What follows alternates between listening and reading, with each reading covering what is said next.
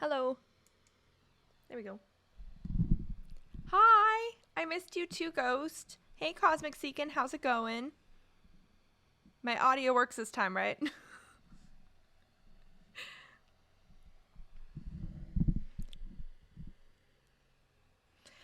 Hey, y'all. I lurky in the back. You can lurk. Lurk's okay, I think. Unless it's something I don't know.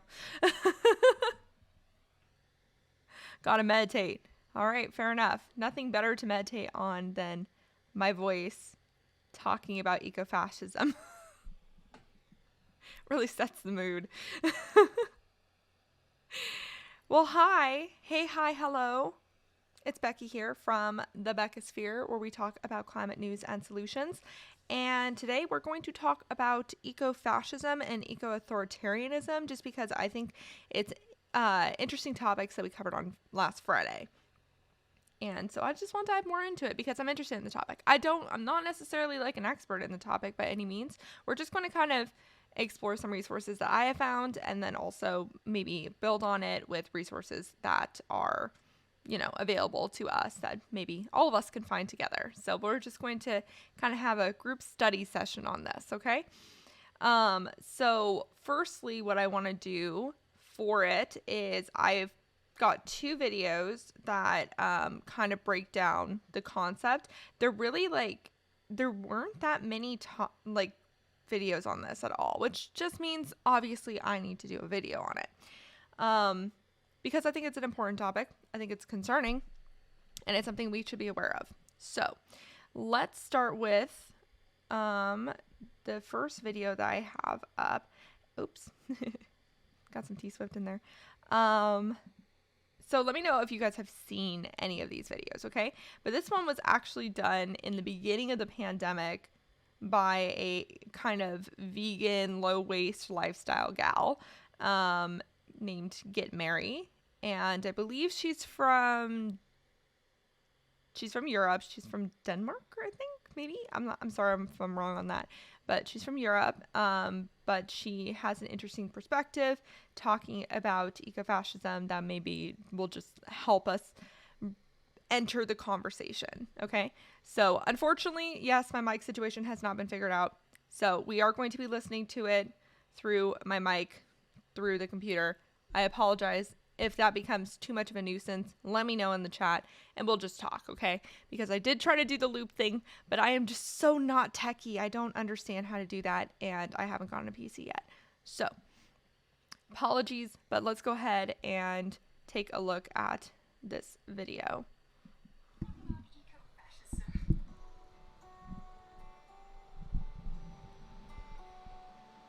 Hello everybody and welcome back to my channel. This was a video that was originally meant to be like a part 2 or like a sequel, what to call it, for the eco-ableism video, because these two things, although not exactly the same thing, but it taps into a similar mindset and it taps into what we as individuals can improve of, especially when we speak, and there's just tons of things here. But in the meantime, a lot of stuff has happened in the world, and I feel like it would be irresponsible for me to continue my channel and continue my social platforms without also speaking about these issues. So although today's video is going to be about eco-fascism, there's a lot of this that actually taps into what we, especially as white consumers, can do in terms of changing the way that we speak, changing the people we listen to. But I'm going to leave tons of links in the description as well to great resources, great places to get more information and to understand more about this, and also to influencers, activists, and people that are genuinely worth listening to. So it's like you don't have to get all of this information from your basic white girl. And there are so many amazing advocates out there that you can learn from. Just really wanted to put that out there and also want to just acknowledge that this is something that affects every one of us. And even though I'm located in Denmark, discrimination and racism also happens here, and it is something that we need to take a serious stance on. I've been talking about it on Instagram for days and days and days at this point. This was actually meant originally to be a Patreon post, which is why the post is already up on Patreon. But I thought, given the current political climate, that it would be good to also talk about this on YouTube, simply so that this has some more reach. So that's where we're at. I am going to talk about eco-fascism right now, and there's a very good reason for that. This is something I think if you are interested in sustainability or in environmentalism, or if you are part of environmentalist and sustainability groups, this is something you should be deeply aware of. Not necessarily fascism per se, I mean also fascism per se, but specifically eco-fascism. Fascism is a set of values or a political system in which the authorities or a government are defined by a dictatorial power, and they are defined by suppression of the opposition and a strong regimentation towards nationality and the history of a certain country. Historically, fascism is often associated with Nazi Germany, with Mussolini in Italy, we have Franco in Spain, and Perón in Argentina. But where exactly does the eco come in? Eco-fascism is a theoretical model or a set of values where the government or an authority can suppress the individuals of a certain population into sacrificing their own interests to serve a collective good, or a collective natural organic good, or the natural order of the world. Do you see why this could be bad? It's a term that has been used many times also in fiction to describe how a regime or a government can resort to fascism and fascist ideas in order to solve environmental issues. One of the things that makes this very yikes is that in eco-fascism, multicultural societies and multicultural gatherings of people and demographics, and especially people of color, are directly related to or directly responsible for the natural and too modern and over-industrialized world. And by removing these people, you will also automatically resolve the environmental issues. However, this is not at all a new notion. What's up, Rocket Ship Blue? How's it going? Motto for Nazi Germany We're talking about eco-fascism, which is related to the notion that a certain group of people belong in a certain place, and if they move out of that certain place, that becomes unnatural. So any kind of immigration becomes unnatural and is something that does not benefit but is detrimental to nature. But is any of this relevant today? I think by the intro you can sort of gather, and if you've spent a hot second looking outside your window, you will also know that this is in fact very relevant today. As climate change and environmental issues are becoming more and more pressing matters, individuals, governments, and political parties are going to use those issues as an excuse to suppress people of color and minority groups. And the Cosmic Seekin. We're not talking about that today. And thank you for the link, though. I will keep the link in mind for when we talk about battery types next. Maybe next Friday we should go ahead and just make that be battery day. Would that be of interest? Because I feel like a lot of people want to talk about different types of batteries. Let me know if you would like that, Cosmic Seekin, because I feel like that would be fun to do. So we can solve all of this very quickly. We just need to create a replacement system, build some nuclear plants. That's not true, unfortunately. It would be nice. It would be so nice if we could just focus. I agree with that. I agree that politics is the main issue. So it would be nice if we could just focus on nuclear, right? It would be easy. However, one of the things about moving towards a clean energy system is to also diversify our energy sources. By primarily focusing on one type of energy source, you are leaving your country vulnerable to attack, especially when there are super energy dense sources like nuclear. Those are easy to cyber attack, to bomb, and that is problematic. So it's just not, from a national security perspective, it's not a great idea to just focus on nuclear.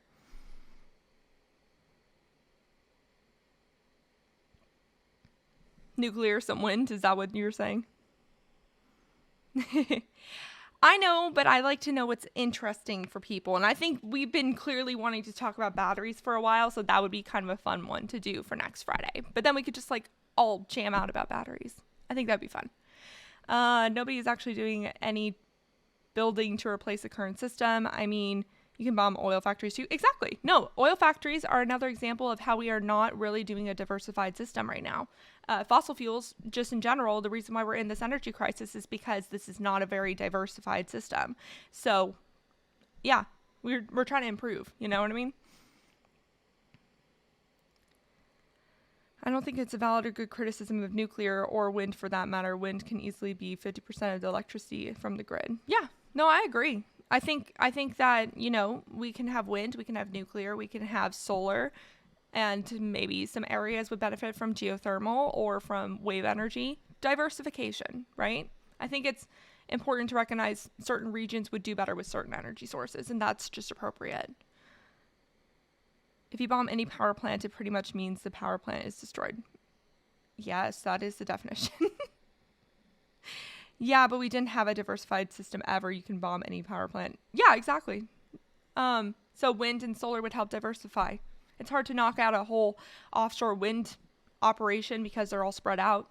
And then also you have the National Guard that's focusing on them as well. So, it's good to have different systems, and it's good to have different technologies so that it works for different areas, which is why we're going to have a battery day next Friday to talk about different types of batteries, because some are better for short duration and for small individual use. Other ones are better for utility scale and for long duration. So we're going to talk about it. Some use critical minerals, some don't. Some are able to hold energy in a certain way better than others. We're going to talk about it. So let's go ahead and head back to ecofascism in that concept, though, because it is an important topic to talk about when we are talking about what we should look for and look at in the future. Hey, what's up, James? How's it going? How's it going? Welcome, welcome. What is that emote? Is that cash or is it petting something? I don't know what's happening in that. Anyways, okay. You let me know what that motion is. And I'm going to continue playing this. It's Amy petting her rabbit Toasty. Oh, that's cute. Okay, I literally could not tell. But now that I know, that's adorable. I see it now.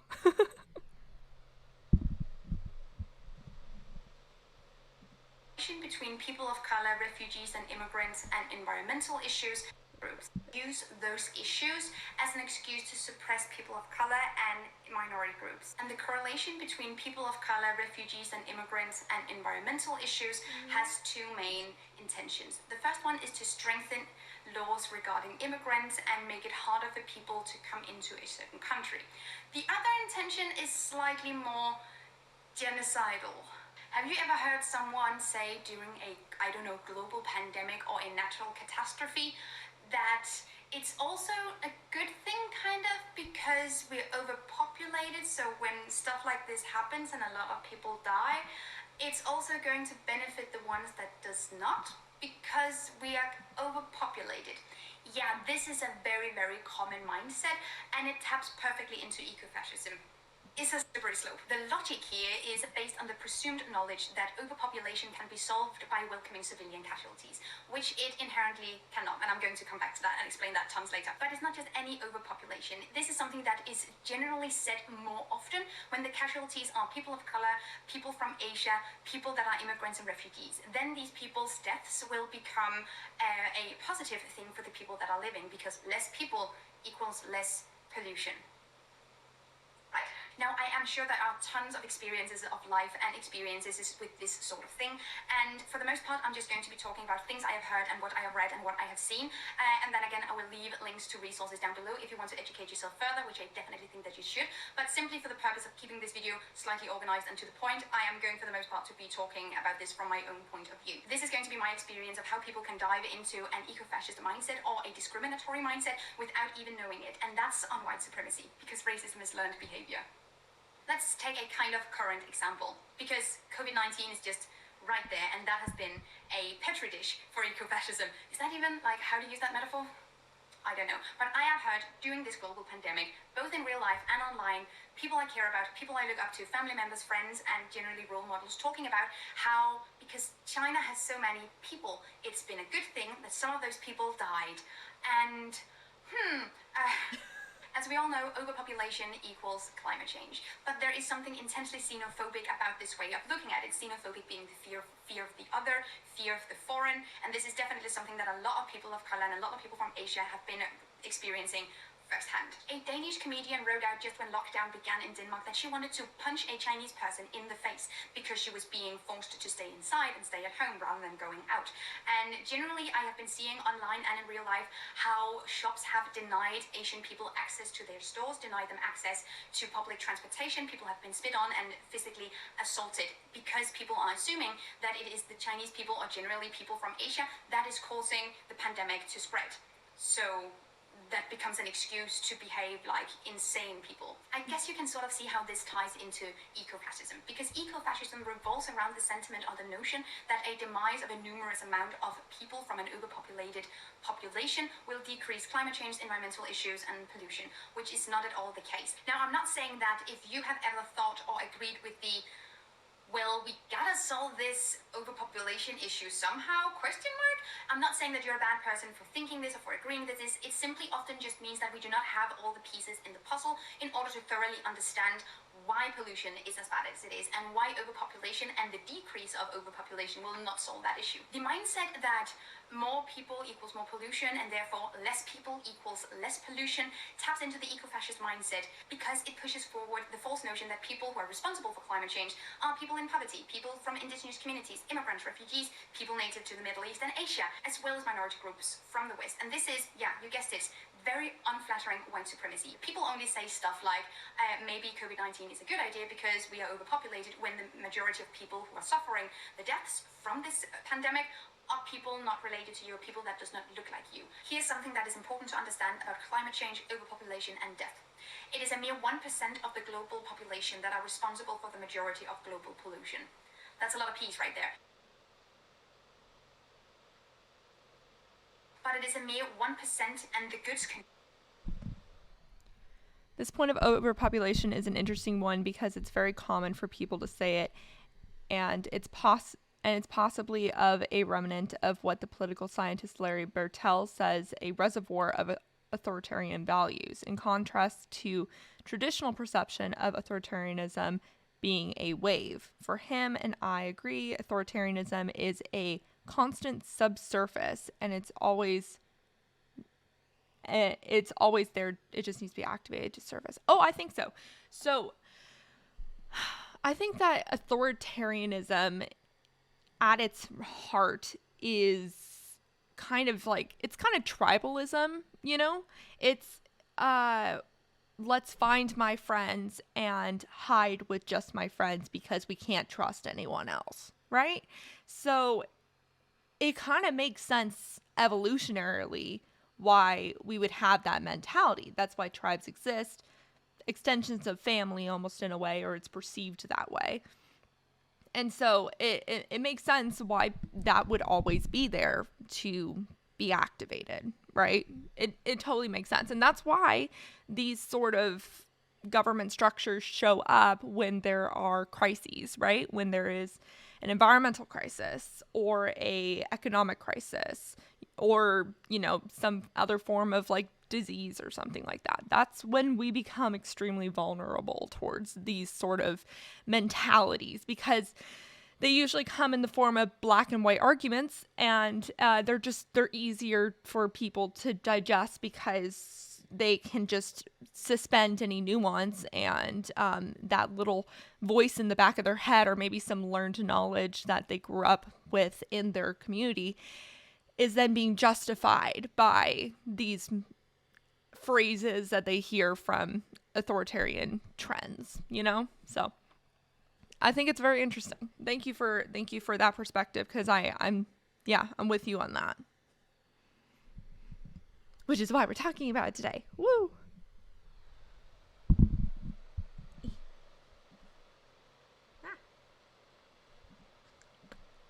Assumed by that 1% that is responsible for the majority of the pollution that exists today. It is that 1% that have the opportunity to overconsume, to choose to fly frequently, to buy new houses, to buy luxury products, to buy the newest electronic devices, to overconsume stuff like clothes and big steaks. And yeah, you get it. The resource use, construction, production, distribution, and transportation of these products does not fall on the people employed by the industries. It falls on the consumers that support that industry. The people who are most responsible for global pollution are the people who support fast fashion and factory farming and enjoy the products from these industries in the safety of their own homes.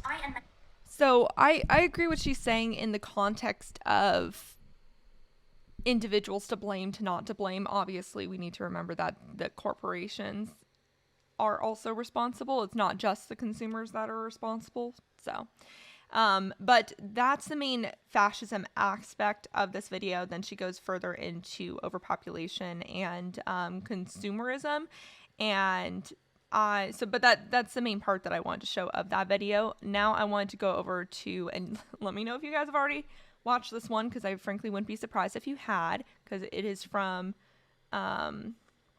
Second Thought. And I know there's a decent amount of people that like Second Thought in here. For me, I would say most people are adherents of some form of authoritarianism of convenience, whereby we are okay with breaking rules and subverting balance as long as it's either us or our people doing it. Yeah, exactly. A great example of such things is executive privilege. Americans are cool with their president bypassing Congress until it's the other team, and they suddenly become fanatical followers of the Republic and accountability. Yeah. I mean, there's so many examples in just like the US right now. I mean, it's literally the Trump saying, if they win, it's all my doing, and if they lose, it's not my responsibility. Like it's that kind of shit. It's just like it's so playground. It's so playground. It's really funny. But yeah. We're seeing that a lot. I mean, we saw that with interviews of people that didn't believe in that believed the big lie about the election. And we saw that when they were being interviewed, even for this midterm, they're like, well, would you accept the results if it was the other person won? And they're like, oh, well, that just won't happen. So it's like, okay, so that's a no. Surprisingly, though, we haven't seen too much pushback yet, which it's like, it kind of feels like Brazil right now. Like I'm waiting for something. I don't know. Another example being when posed with a controversial topic, many people will fall into the trap of, well, if you just let me be in power for a year, I'd fix it. And of course, it never ends in a year. Yeah. Also, they don't know shit. They actually get into power and they're like, oh, wait, this is a complicated long-term issue. Okay, we'll just try to put this like Band-Aid on it that exerts my control so that things go faster.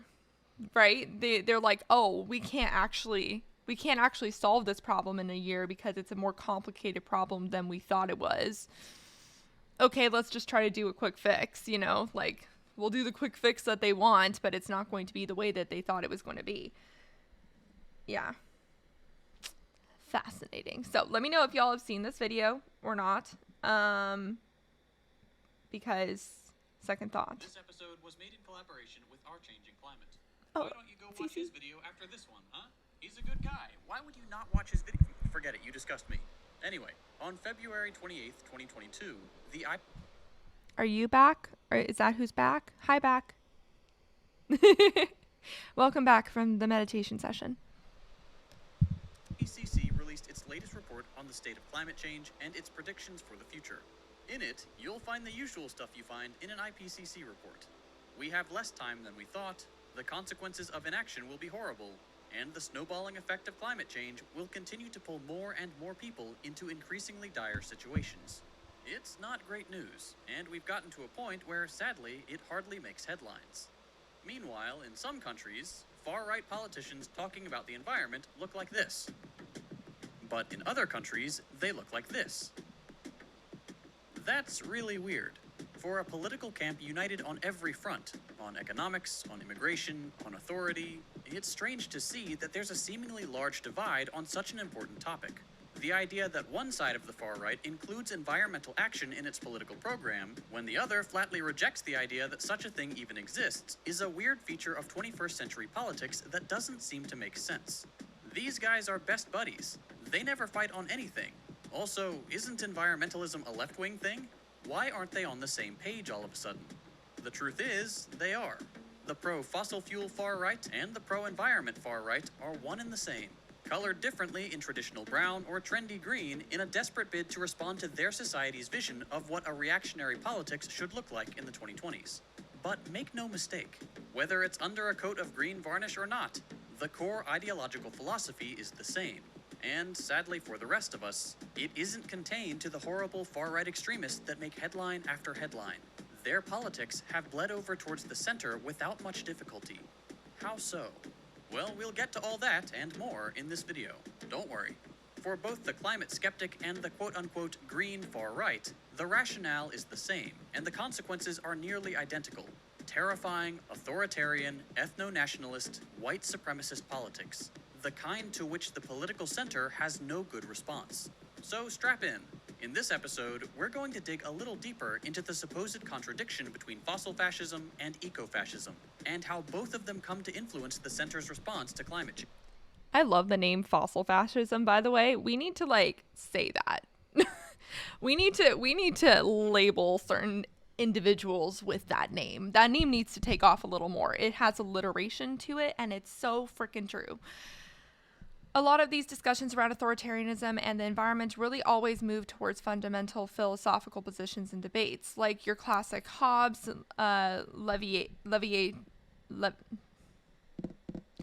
I'm sorry, I've not heard of Hobbes or Leviathan, so you're going to have to help me with some of this stuff, okay? Type stuff where it's a debate about human nature and if people can truly collectively decide things,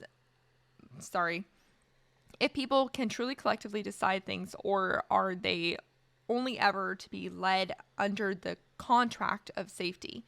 Yes. So it's like that sort of push and pull of how much control can a government have to where it's like promoting safety. Like, for example, lockdowns, that's an example of it's kind of like safety. It's for the public good. And then when does that bleed over to actually they're just exerting control? And I feel like a lot of people have kind of questionable radars about that sort of thing sometimes. It's why I think the real discussion about eco-authoritarianism must come from political science to be addressed seriously with evidence, not theory.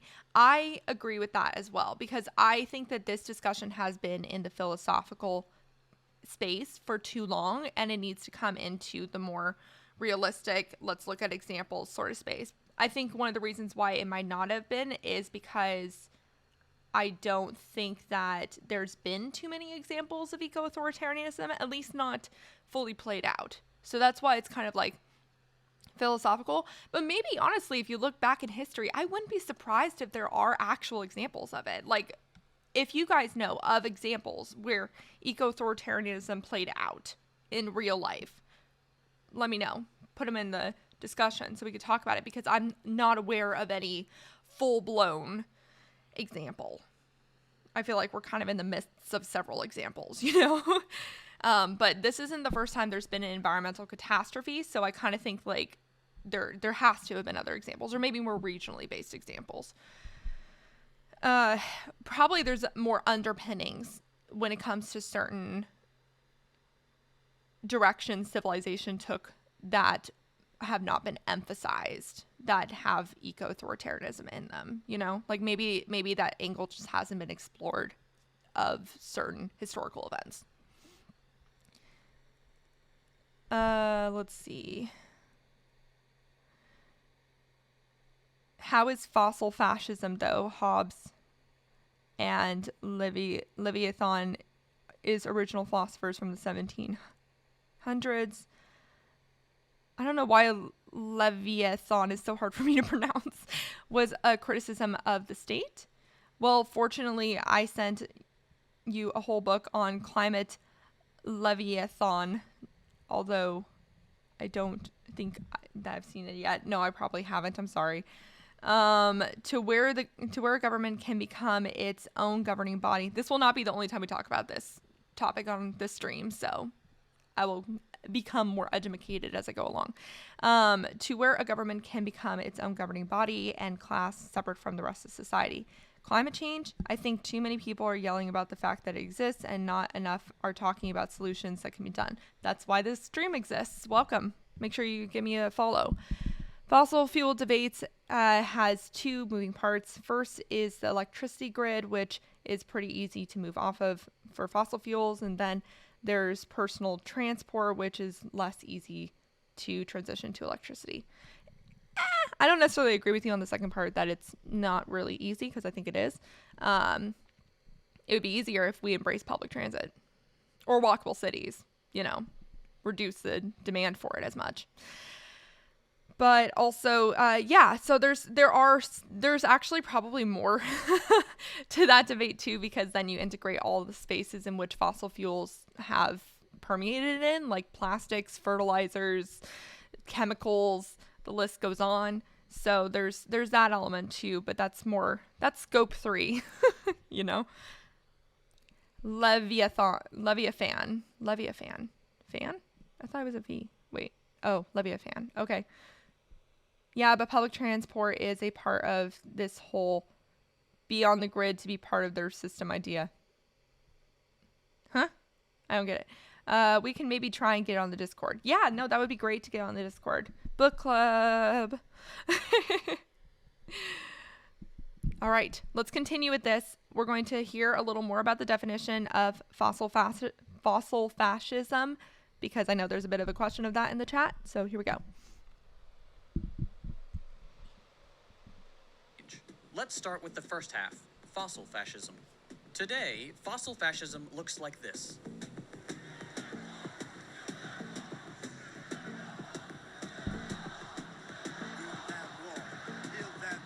To folks in this region who are thinking about making that dangerous trek to the United States-Mexico border, do not come. The United States will withdraw. I think in my opinion, now obviously you can disagree with me, and I'm not fighting you on it, okay? But in my opinion, I think that this is an example of a radar misfire for how much government control there is. It depends. So there's elites and then there's government. And government and elites are not always the same thing, but they definitely have same folks in it. They have like a Venn diagram going on. But public transport has been around for ever. And if you look at Europe, if you look at parts of Asia, that's just a thing. And there's not really, can you give me an example of where it has been used to exert government control? Like it's owned by the government or owned by a private corporation, but I think at least the ones owned by the government, I haven't really noticed much in the way of. Yes, no, I agree with that. I agree that governments is just an instrument of elite class. Don't get me wrong. We live in corporate America, okay? I understand. I'm not arguing with this. All I'm saying is that particularly when it comes to public transport, I'm just not seeing them use it as a weapon against their own people. Like it sometimes is late. Like, I don't know. I'm going to need an example here of why you are under that impression for public transport of all things. Because I feel like so many examples, but public transport to me, I don't like the idea of living on the grid where I am an ant that can basically be easy. But you're not being told what to do or where to go in the context of public transport. You're just not. And humans are social creatures. We live in a society.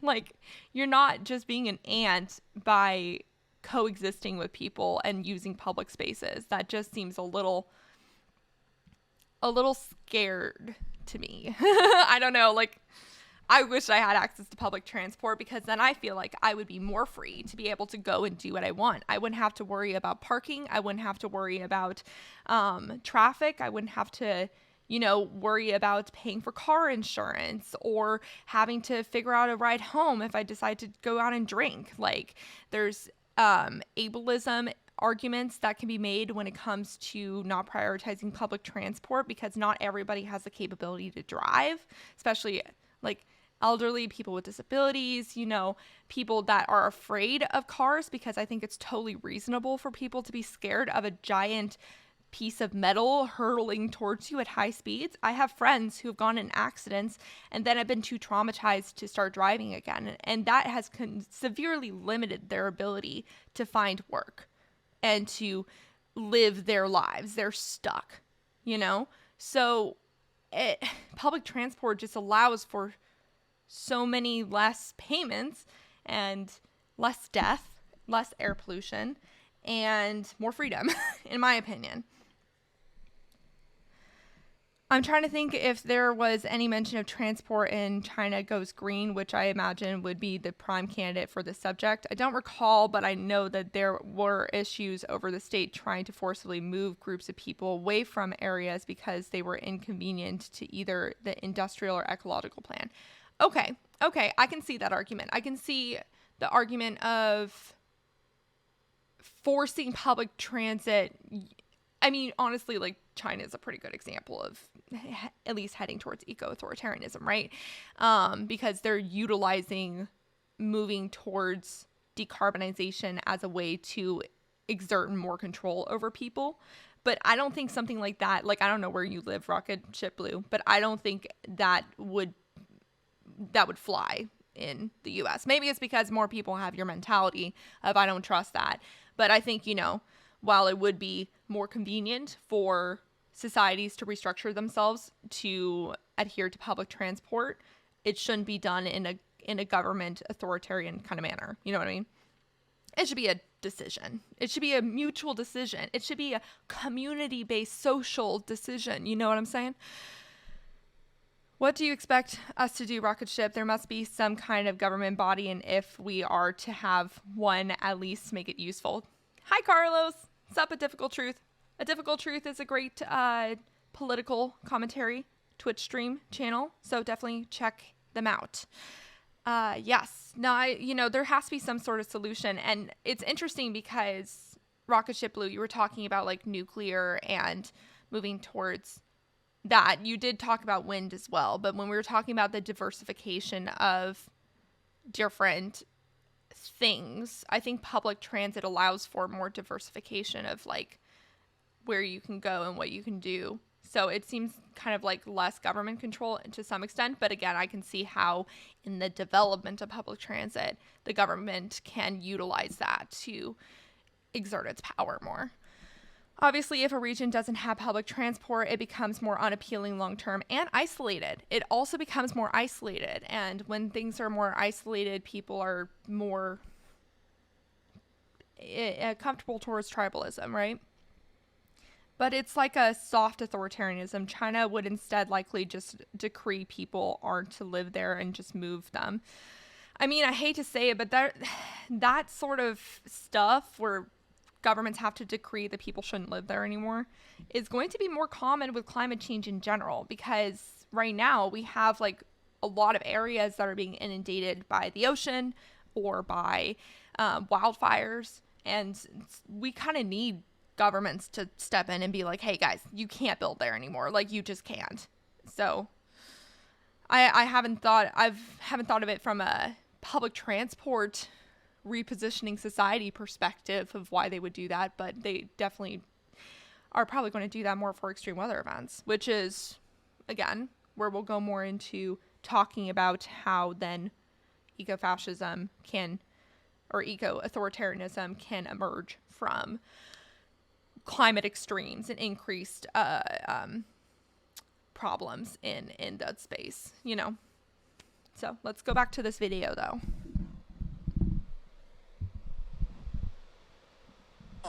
From the Paris Climate Accord. This land is where the Dakota Access Pipeline is being built. It's scary because to shoot rubber bullets at these people that are completely unarmed when they took an oath to protect them. Fossil fascism. It is a politics based on exclusion, segregation, and repression. It's horrific and bound to fail. It bursts the constraints of liberal Western hypocrisy. But what makes this sort of stuff fascism? What does it have to do with the environment? And where does this movement even come from?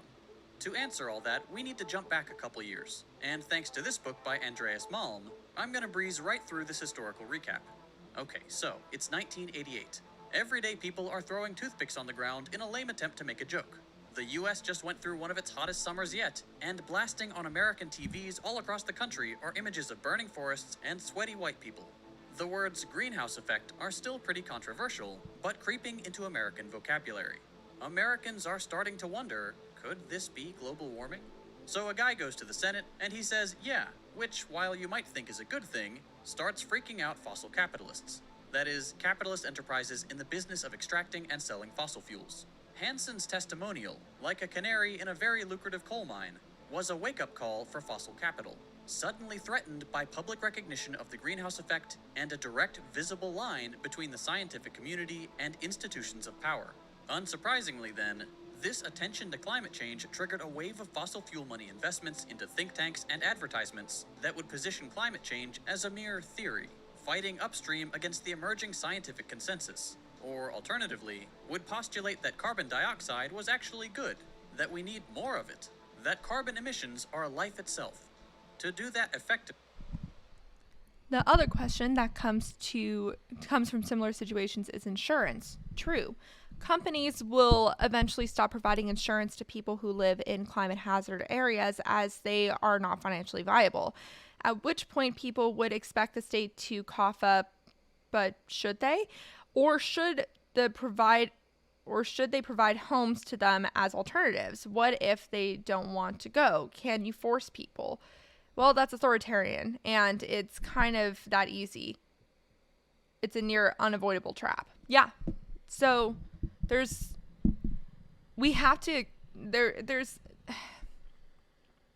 it's going to keep being an issue. The line is going to need to keep moving because we're just in such a drastic situation that we need to do that. But it's like World War II mobilization, right? That could be seen as an example of the US and other nations through the mobilization process exerting more authoritarian tendencies, right? But then they stopped at some point. Some of them did, So it's like, is it possible for this to happen just to make a difference, like make an impact, like Biden calling a climate emergency or something like that, right? Just should go over the hurdle, exert more force. But right now we are so divisive where one party is concerned that this administration does anything, it would be authoritarian and ironically moving themselves more towards fascism. And then there's the other side that also doesn't want authoritarianism and is very indecisive on what to do. At least that's how I see it right now, right? So it's like, I don't know if we will be able to exert force as needed in the right direction in anywhere near an authoritarian way, because yeah, I don't know. The question is, can we do it? And where's the line, right? Because we're going to need to get people away from those dangerous places, and we need to adjust society. Like, those are the realities. So how is that going to happen in a way that doesn't overhaul itself to authoritarianism, at least not in a long-term manner? Well, that's also the problem with polarization, in that both sides think that the other is authoritarian, and any action will prompt that response. True. So even if it does prompt that response, can it still be done? Like, can it still be utilized? Or will that response destroy any chance that we could actually make valuable change? I don't know. Fossil capital built a marketing strategy around carbon's role in a plant's life cycle, but it also, much more insidiously, exploited the white supremacist bedrock of American society in its propaganda. It associated CO2 with life itself, but not all life, white life and white civilization specifically. This culminated in a 2006 ad by the Competitive Enterprise Institute, in which a sharp distinction is made between freedom, meaning walking around New York City, blowing bubbles, and running on a beach, which we are told is all thanks to fossil fuels, and back-breaking labor, symbolized by the ad's only black actor, placed in a vaguely rural African context with a thatched hut in the background. It's called carbon dioxide, CO2. The fuels that produce CO2 have freed us from a world of backbreaking labor. Now, some politicians want to label carbon dioxide a pollutant. Imagine if they succeed. What would our lives be like then? Civilized freedom on one side, uncivilized labor on the other. The message of the ad is clear. Isn't that ad wild? Like, it's so clearly, like, propagandistic. But back then, people would have no clue. They'd just be like, oh, yeah, totally. Because they don't have a full scale understanding of what the argument is, right? They think the argument is fossil fuels or reverting back to before fossil fuels, which I guess is kind of more biomass production, you know, more air pollution and burning trees and all that kind of stuff, right? That's what they think the argument is. But the argument is actually, are we going to continue causing climate change? Or are we going to stop causing climate change? And they don't understand that that's actually the argument that's being made here, is that, no, we should keep going with climate change because fossil fuels, guys. There was nothing before fossil fuels. There will be nothing after fossil fuels. It's just fossil fuels. It's just so obviously, and then of course the racist element to it too is just stark. Yeah, it's a false dichotomy. And people, it exists now, okay? When we're talking about like PragerU videos, they do that shit all the time. To this day, they do this all the time. They talk about how, oh, it just doesn't make sense. Clean energy just can't take over for fossil fuels. It'll take forever and it's just not economically sound. First of all that's baloney, okay? Clean energy is way cheaper than fossil fuels, especially right now, and it already is taking over a large chunk of our electricity supply. We just need to move on battery storage. So that's not even true. But on top of that, they are presenting this false picture that the options are we either continue with fossil fuels and continue as civilization is now, or we can try with clean energy, which is, you know, it's a concerning situation because you don't know whether or not it's actually going to work. And so you could potentially be harmed by that transition. It doesn't show that there is no negative impact from not moving away from fossil fuels, right? It acts like if we don't move away from fossil fuels, things are fine and it's the same. And that's not true. And you got to remember to catch that, okay? Because people do that a lot. They don't mention climate change because if they mention climate change, that would bring the true argument into discussion. And they don't want to do that. So they're just going to talk about energy. They're not going to talk about climate change. And that way they're able to make fossil fuels continue to look good. Fossil fuels equals stability, not fossil fuels equals climate change. Oh yeah, PragerU is completely baloney, but you know, I get it, okay? I had a relative send me that shit, so it's still a big channel. I've been wanting to do reaction videos for it. I need to. I've been meaning to do that for months. It's one of the many videos I've been meaning to do. Anyways, let's go back. Are you going to believe the climate scientists who want us to go back to being savages, or will you choose freedom and civilization? This ad was intended to conjure up specific images in the mind of its audience, associating fossil fuel consumption with the birth of white civilization itself. The point is that thanks in part to these advertising efforts, civilization itself was presented as nothing more than a product of a Eurocentric consumption of fossil fuels, an attachment to growth forever and always, supplied by a constant flow of cheap energy, be it trapped in human bodies or underground. To reject fossil fuels, then, was to reject civility, modernity, to plunge prosperous societies back into a more laborious and backwards age, only fit for people who don't look like you, the typical white American audience member. This one is funny because obviously back to the hurdle was getting people to believe that the phenomenon was real. Now the hurdle is to get people to care that it is, if it is even real. Like those Republican voters in Louisiana who know the industries are destroying their landscape, but are caught in kind of a value vortex where the fossil fuels companies provide them with jobs, a sense of pride, meaning, and they can't give that up no matter what. Exactly.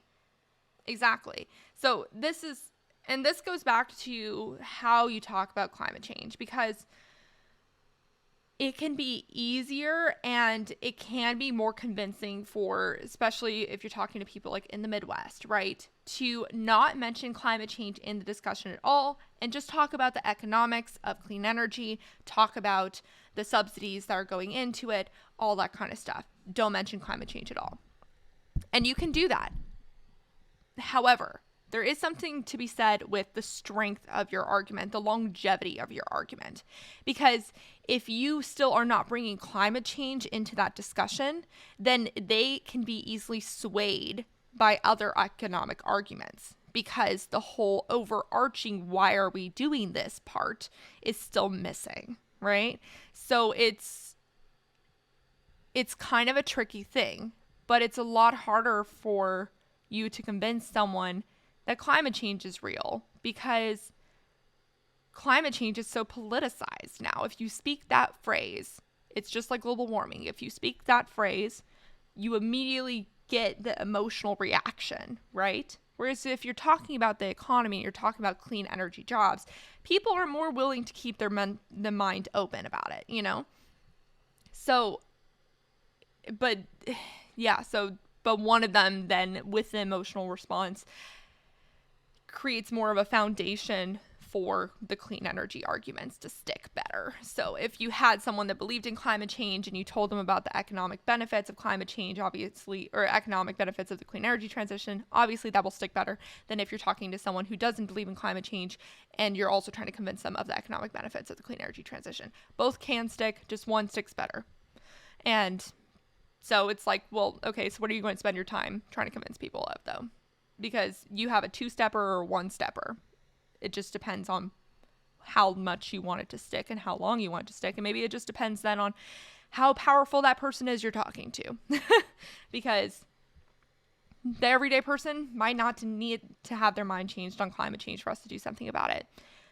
We could have had this whole discussion on acid rain, for example, and people would be like, oh no, acid rain isn't actually happening, all that kind of stuff. But, you know, policy passed and some people didn't even need to know that that was a problem. I was talking to someone the other day who used acid rain as an argument of why politicians are talking bullshit when it comes to environmental issues by saying, well, they were talking about acid rain and then that never happened, because they passed a tax that made it so people stopped emitting the chemicals that caused acid rain. That's why it doesn't exist anymore. But he had no idea on any of that stuff. So he was just like, well, it never even happened, you know, so the science must not even been there, right? Where it's like, no, we just solved that problem under your nose. You just didn't even know. So, I don't know. I'm just rambling at this point. If any of that made sense, cool. That sounds like a lot to get from a single ad. It's because it would be if that's what I was actually arguing. This, of course, wasn't the product of a single 60-second ad spot. Many ads and much communication like this existed. And crucially, this narrative wasn't created out of thin air. And still exists today. Sorry, I just saw an ad when we were watching the first video, when I watched it the first time. There was an ad for gas, and it was saying, well, did you know that gas isn't just great for cooking? It also is or was it gas? It wasn't gas. It was petroleum. Propane. It was propane. So they were like talking about how propane's not just great for cooking. It's also great for using as a lower carbon solution for school buses. And propane has been this backbone of the country and all that kind of stuff. They were legitimately doing that exact same thing on a current ad that I was interrupted by for the first eco-fascism video. So it still exists, still here. That's an old commercial, but it's still very much exactly what they're doing today, advertising wise, and people fall for it. I've talked to so many people that do believe that fossil fuels are the backbone of society and think that if we move away from fossil fuels, society will fail. So they did good. They succeeded. Ad was just a bold yet subtle admission of one of the West's founding myths, that the Industrial Revolution and slavery, pulling black coal from the earth and black people from Africa, built the civilization we have today. Why would we give that up? Why should we? At least, that's the anxiety fossil capital was hoping to trigger in the American populace, and it really worked. Over time, thanks to the conscious efforts of fossil capital, more and more of the factors associated with climate change came to be looked at through this lens. This specific story of progress coming from fossil consumption. The Heartland Institute, the Competitive Enterprise Institute, the American Enterprise Institute, the Heritage Foundation, and dozens more all had the mission of denying climate change, proposing weak mitigation strategies, but most crucially, associating fossil fuels with a specific American way of life. In other words, this narrative that fossil fuels literally built the modern world, the White West, continued to evolve over time, adapting and setting the tone for every conversation the climate denialist far right wanted to push through. The first test came during the wars over oil in the Middle East. The race to secure Western hands on large beds of fossil fuels became deeply entangled with values that would make acquiring those fossil fuels, and the war in general, appealing to a Western audience. It became about bringing democracy to the Middle East, or protecting our democracy from the terrorists that threaten our way of life. We're not taking that oil out of greed, it's for the greater good. That's part of what makes us special as Americans. Unlike the old empires, we don't make these sacrifices for territory or for resources. We do it because it's right. Then, later, when the inevitable outcome of these wars was large-scale migration, there too the role of fossil fuel greed was hidden behind fear-mongering of the quote uncivilized other. Immigrants, specifically Muslim immigrants, were portrayed as too eager to come over to white countries, and once again threaten our way of life. We still feel the echoes of that mentality today as climate change creates more displacement. Say, isn't there a great video covering that topic extensively? Anyway, the same slogans around national unity or white culture are shouted by the far right to this day to make immigration as brutal, deadly, and unwelcoming a process as possible, while sanctifying white society and its reliance on fossil fuels. The most perverse part of this whole thing is that the reality of fossil fuel history, a tool that demanded and could be used to exert tremendous force against the global south, was hidden from the Western public behind the exact opposite narrative, presenting fossil fuel use and civilized democracy as one and the same. And here we get to the point where you're like, whoa, which you're welcome and thank you.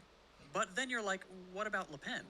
What about those far-right leaders who don't deny climate change? Who have big publicity stunts where they show off how green they are? Sure, Maloney. they can't subscribe to the same philosophy.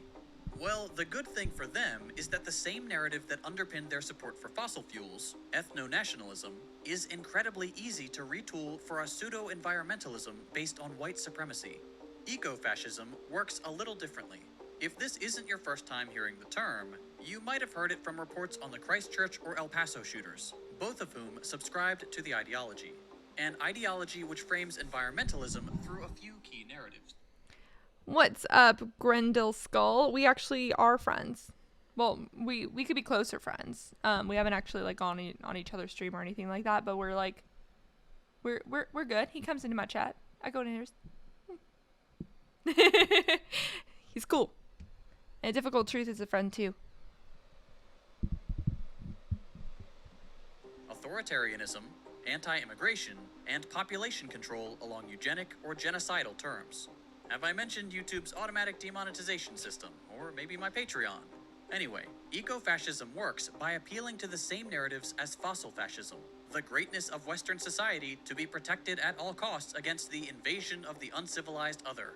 In this narrative, eco-fascists take stock of some of the incredible toll on human lives that runaway climate change will have, pushing people away from their homes, their communities, and forcing many of them to migrate towards parts of the world where these effects are less dramatic.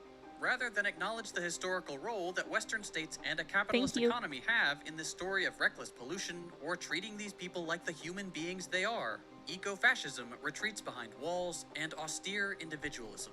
It gravitates to the idiotic Malthusian fears of overpopulation and resource depletion, pinning the blame on the masses in faraway lands, coming to take everything from them, and not on the industries they benefit from and wish to keep to themselves.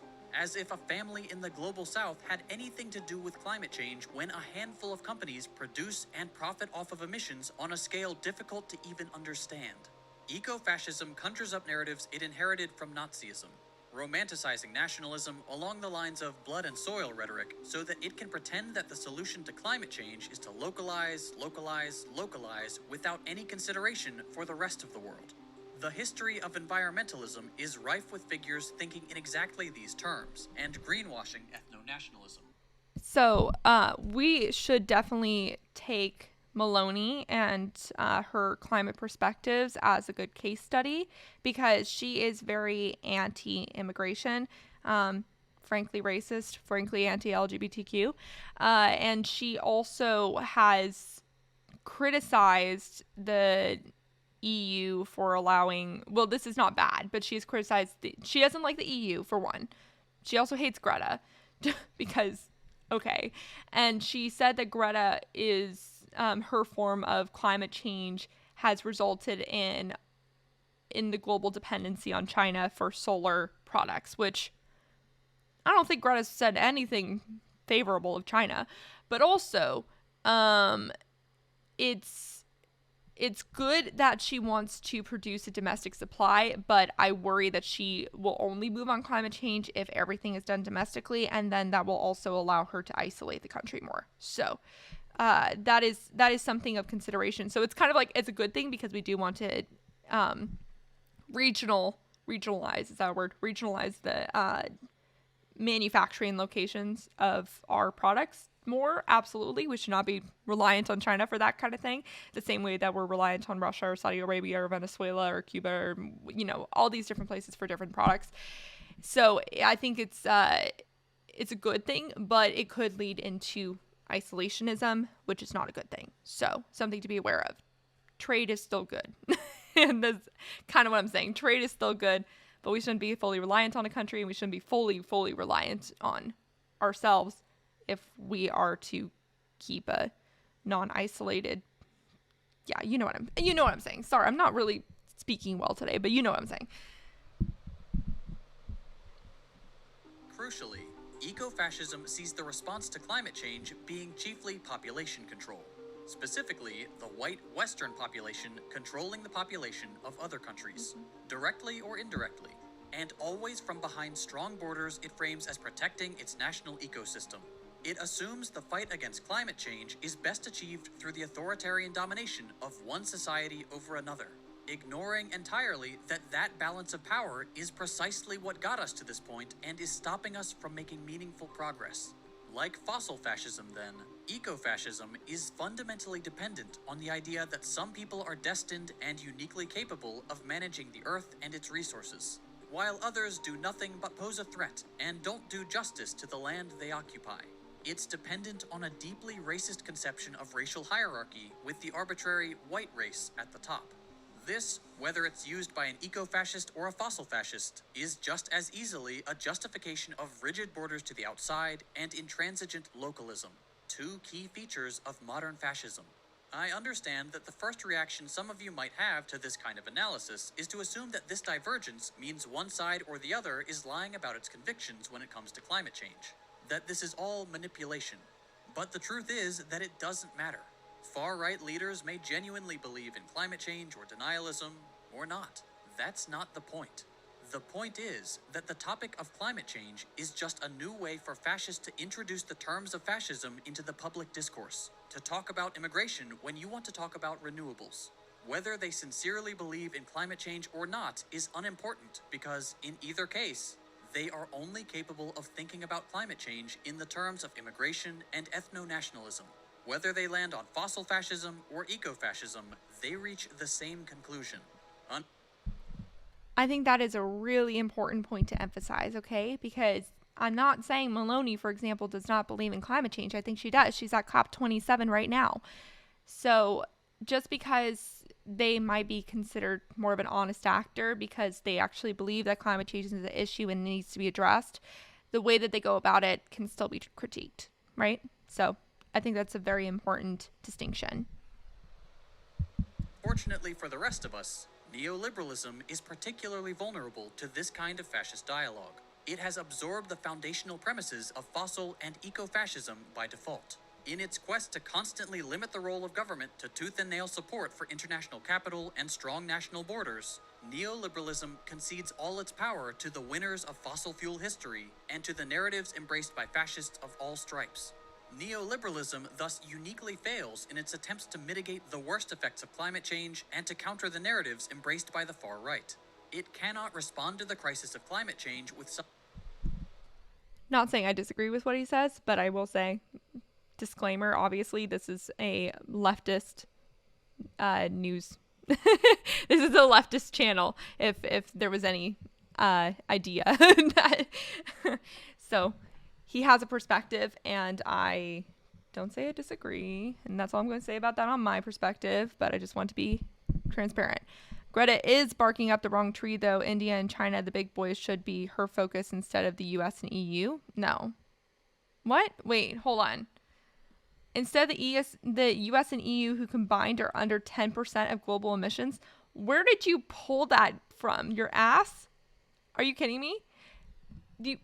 Guys, do we have to go back to the historical emissions graph? Okay, I guess we're going to have to go back to the historical emissions graph.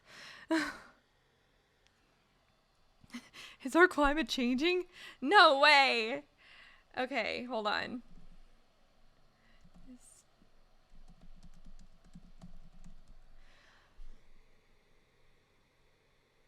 Plus, until the world gets their head out of their asses and accepts nuclear, we are unsustainable. Another nuclear folk. Okay, let me say again what I said last time for the whole nuclear thing.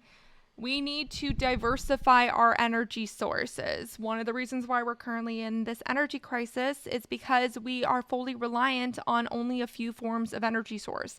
If we are to go straight just to nuclear, that is a national security problem, because that allows for highly dense energy stations to be more vulnerable to attack, whether or not it's cyber attack or physical attack. That is not a good thing to do from a national security perspective, to only utilize nuclear. So that is one of several reasons why only relying on nuclear is not the answer. Sorry, I know it's an easy fix and I want that to be true, but unfortunately that's not going to be the case, okay?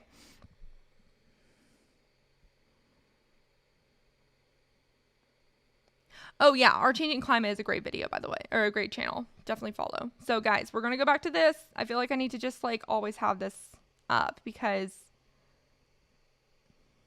also, hey Grey Wolf, how's it going? India geopolitic is a loser country because both British Chinese help.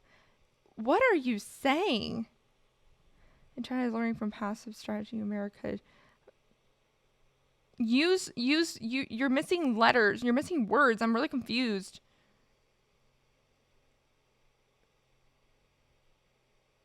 I'm sorry, you're speaking gibberish to me. Okay. Let's go back. This is the historical emissions.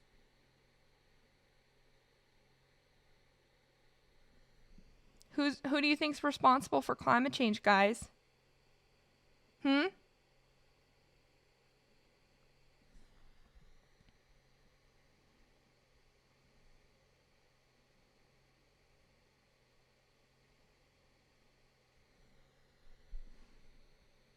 I'll look at that link in a sec, but like seriously, no. Like, come on. The United States is responsible for about 1/5 of global warming. Historical. We absolutely need to be focusing on ourselves. And also, China is moving faster to decarbonize than the US. So,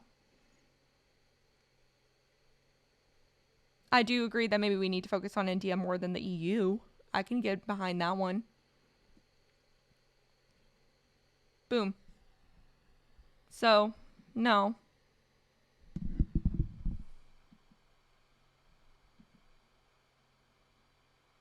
Okay, hold on. I'm going to go to me before I click on a random link.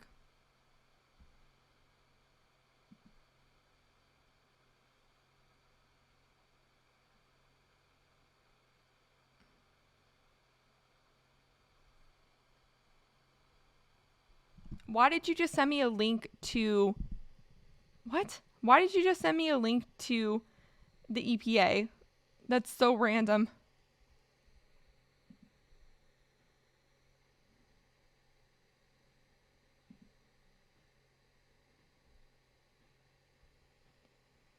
Do you think the UK's Just Stop Oil campaign is eco-fascism? What do you mean? Like what they're doing to the activists or the activism movement itself?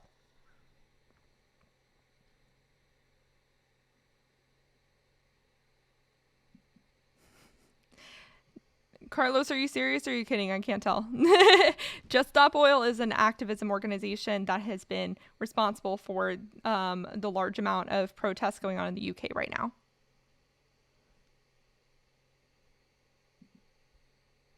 But this is the reality of emissions, guys, okay? This is not...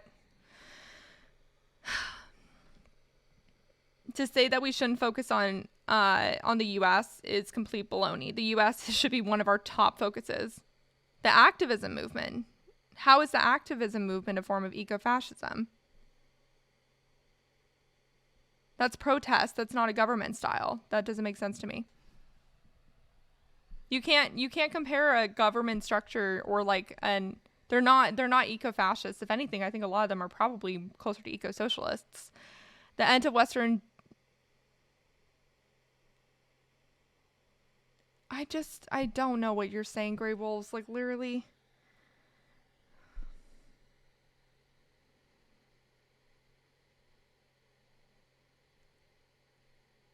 That's where I get most of my greenhouse info. Okay, cool. But, like, they're not even saying that.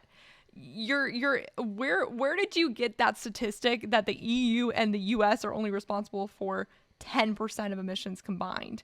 Maybe, are you referring to, like, current emissions? But even still, I don't think that's true at all. The US is like currently the second largest emitter in the world. Like, what? Is my screen completely frozen?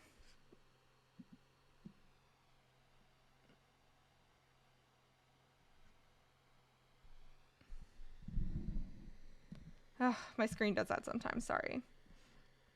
Let me go over to my Twitch so I can see what you guys are saying.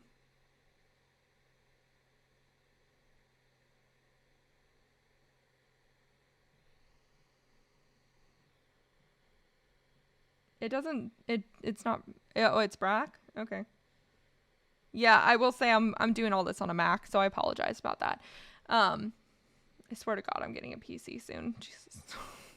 I need to hurry up with that purchase. I'm just overwhelmed because I don't understand PC brands very well. Anyways, yeah, so bottom line, no.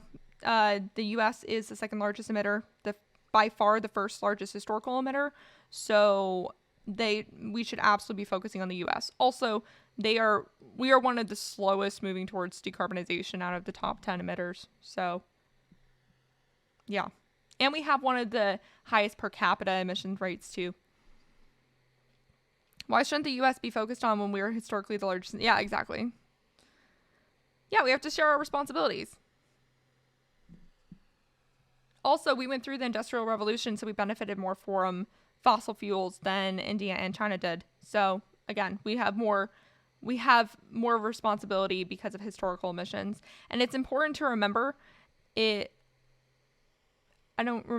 is that? And also, hi. I think it's also important to remember that carbon emissions don't go away after a year. They actually stick around in the atmosphere for a while. CO2 emissions, let's see how long a carbon emission or carbon stays in the atmosphere. Let's double check this. Carlos, can you see what Grey Wolves is saying, if they're saying anything or what? I'm really confused by what's going on over there.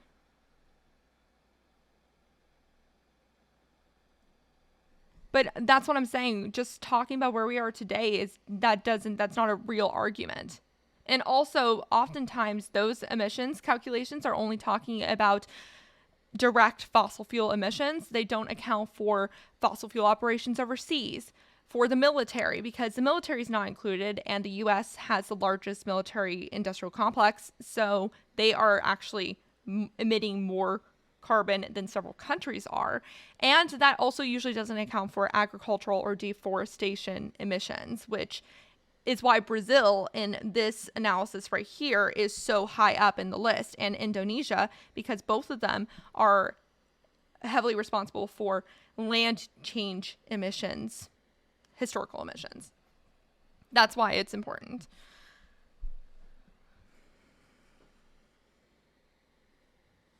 The US is still increasing its emissions. It's cutting down in certain sectors, but it's not increasing emissions. Let me look this up, okay? I want to double check things. First of all, how long does CO2 stay in the atmosphere?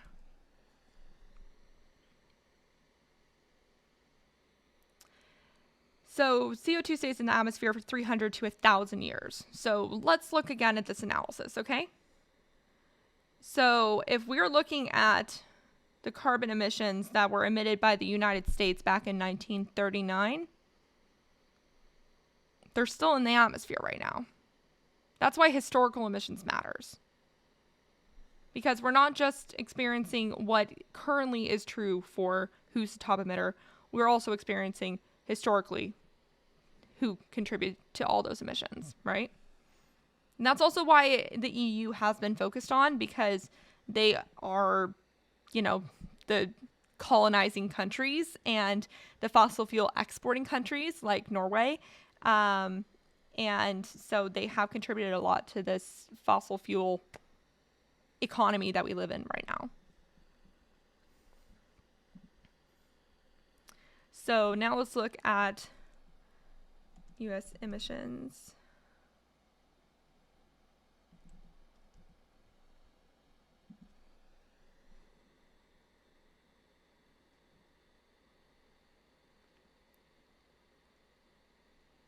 Oh, interesting. Extreme ambientalist. I've never heard of ambientalism. Okay, let's see if we can get like a... See, we're going over to the EPA. Let's look at the emissions trajectory, shall we?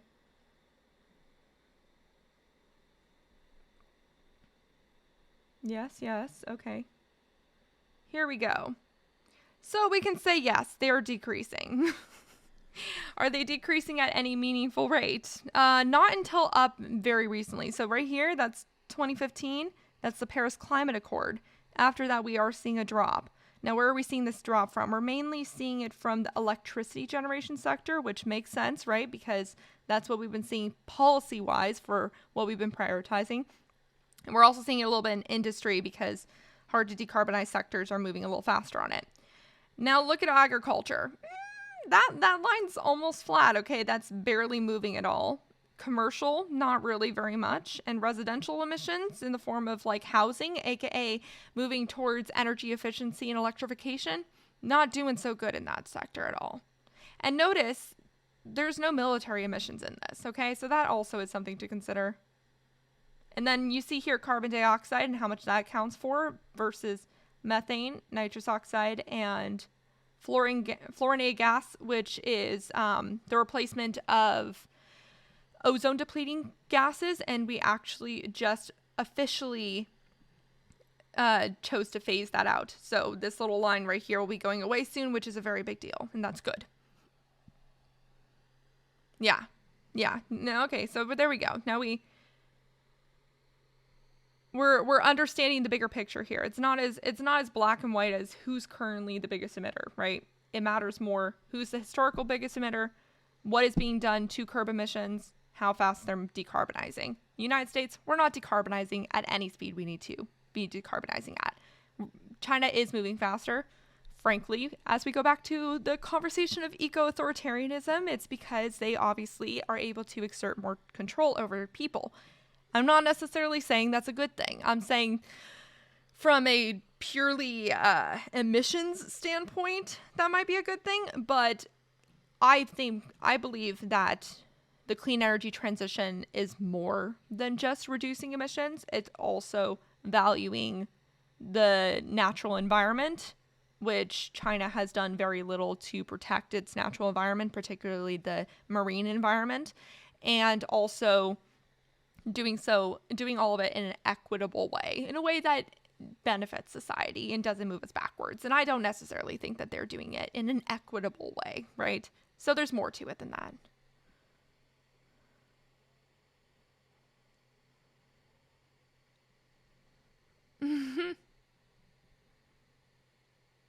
Okay, take Grey Wolf away. I don't really understand what's going on there. All right, I thought that we're talking about climate change. Or you can keep just chatting with him. That works too. I thought we were talking about eco-fascism. So now we're going to go back to eco-fascism. Here we go. Solidarity with the global south, because it to mitigate the worst effects of climate change and to counter the narratives embraced by the far right. It cannot respond to the crisis of climate change with solidarity with. So now he's talking about neoliberalism. Concedes all its power to the winners of fossil fuel history and to the narratives embraced by fascists of all stripes. Neoliberalism thus uniquely fails in its attempts to mitigate the worst effects of climate change and to counter the narratives embraced by the far right. It cannot respond to the crisis of climate change with solidarity with the global south, because it is unwilling to extend its hand meaningfully. It can only think in terms of markets.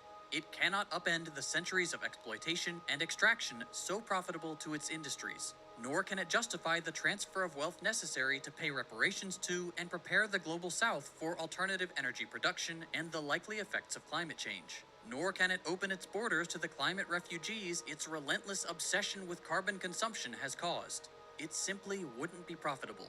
It would require a different conception of government. It wouldn't fit in with the rest of the neoliberal doctrine of developed states setting the rules of the game and everyone else following along.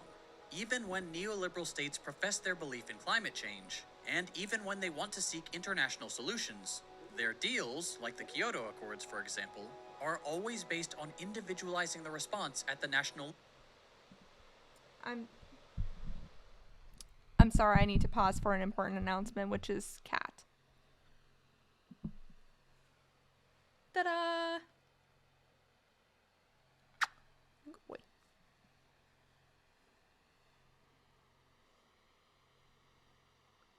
My perfect little boy. Hi, Roo. He just woke up from a nap.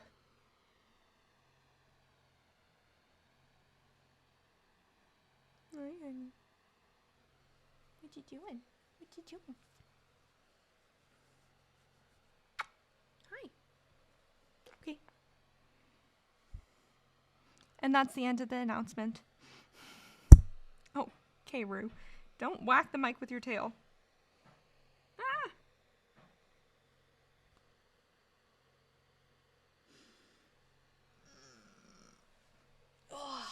Oh. Okay. Ugh. I have hair in my lipstick. All right. Moving back. And making sure that the nations on top, the global north, keep their way of life and the south keeps theirs. It's trying to make change without touching the power relations of global geopolitics. This means ignoring the climate debt that countries like the US have racked up, shaming the global south when it tries to catch up without, of course, providing the funds for a meaningful alternative and locking down borders to keep everybody out. It means keeping the movement of industries and markets free, to the point of creating new markets for carbon entirely, but the movement of people heavily restricted. The neoliberalism of the 21st century, for all its appeals for an international solution to climate change, is too attached to its grip on the global south to ever meaningfully progress on that front. And in the process, it gives credibility and power to the world built by the far right. We need a politics of repair and collective interest. We need vested interest out of the conversation, fossil capital out of the way, and genuine solidarity across our borders, which are nothing but meaningless lines in the ground for polluted air to blow across. We need eco-socialism today, or we will face the barbarism of ecological collapse unarmed. Okay. So that was two of the videos that I came across that I thought would be good in this discussion, talking about just what ecofascism is and what alternatives could be as well. But this is where I don't like this argument. This is where I think this type of content loses the people it's meant to win over, and it needs to win over. You can't just turn around and say, oh, they care about markets more than trees. They are big dum-dum. Like we just talked about how 1/4 of Louisiana's GDP is fossil fuel, that it employs like 12% of the workforce. I agree. I agree. I like second thought, but they're a little propagandistic sometimes. What is the real alternative to this, which isn't just made up stuff on a manifesto because they need something real to buy it? Yeah, no, I agree with that, because I think that we need to prioritize talking about the workforce and talking about like the people that are heavily impacted, and also the people that aren't engaged in this argument and why they're not engaged in this argument, because they either think it doesn't apply to them or they think that the solution takes away from them. And so we need to talk about how that's not necessarily the case, right? Which is important. So I'm glad that you brought that up, because I think that also is generally missing from the conversation. And if you're not in the industries that are going to be as impacted by this, or you are a climate activist or a thought leader kind of person, then it can be really easy to forget about that element of the conversation, because I've found myself forgetting it sometimes when it comes to the importance of workers that are directly at the front lines of this transition. It's easy for us to assume that all the people that are pushing against it are just doing so because they are ideologically opposed, but it's not that simple. It's super easy to talk about fixing things with solidarity, but where the hell is it?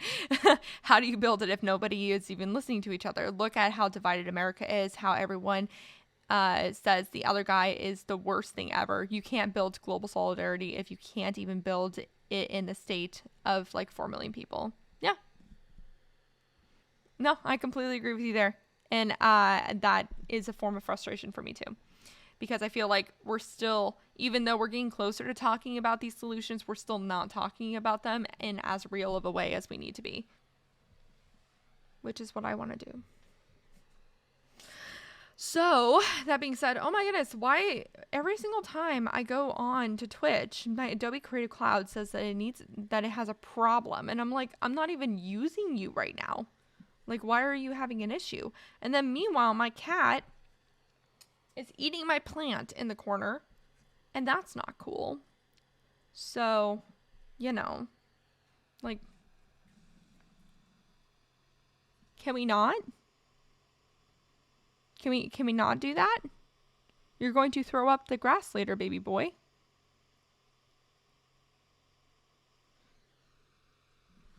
Oh, he's so going to throw up, and then I have to clean it up. It happens every time. Why do cats do that? I just don't understand. Anyways, we're not getting into cat politics because that is a whole other discussion for many books.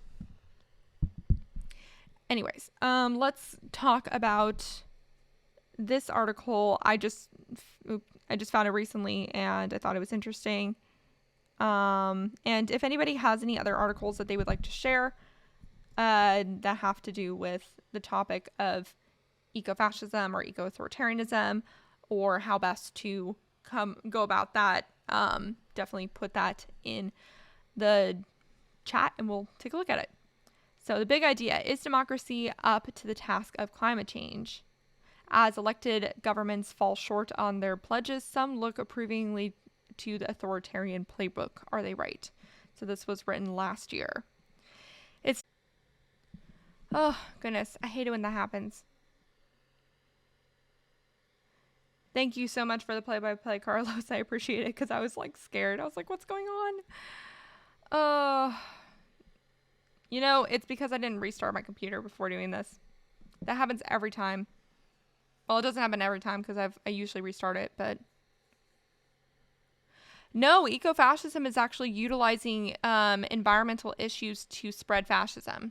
That's what eco-fascism is. So it's using a crisis to further your political agenda. Very interesting. Very interesting. And so as we're seeing a rise of fascism and we're seeing a rise of environmentalism, I thought it would be an important topic to talk about, because we are seeing more eco-fascists as a result. So we already watched 2 videos, which I'm going to go ahead and just post. That's a great face. I'm just going to post those videos links into the chat. Oh my goodness, my computer is struggling. Yeah, that would be an example, exactly. So this was one that we already listened to. And then here's another one. Yeah, I know my screen's like black right now. Okay. It's like taking a while to load, and it doesn't need to load because we're moving on from those videos. There we go. And hopefully that will calm my computer down a little bit, because it's stressing. It's stressing out, guys. And then also, if you're interested, this is the historical emissions for the world. You should always have this link in your back pocket because it's a good one. Okay, there we go. So yeah, so we're talking about eco-fascism, and it is a difficult truth. And if you agree with me, you should follow A Difficult Truth on Twitch because they're a great political commentator. How was that? How was that segue? I was kind of proud of that one. I still need to create like a little r/ something. I thought I did a while ago, but maybe I didn't. If I just do r/ A Difficult Truth, will anything come up?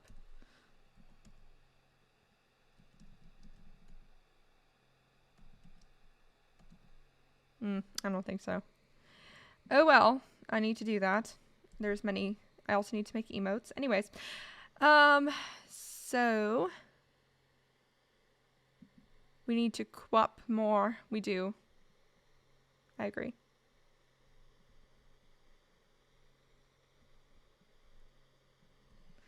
Okay.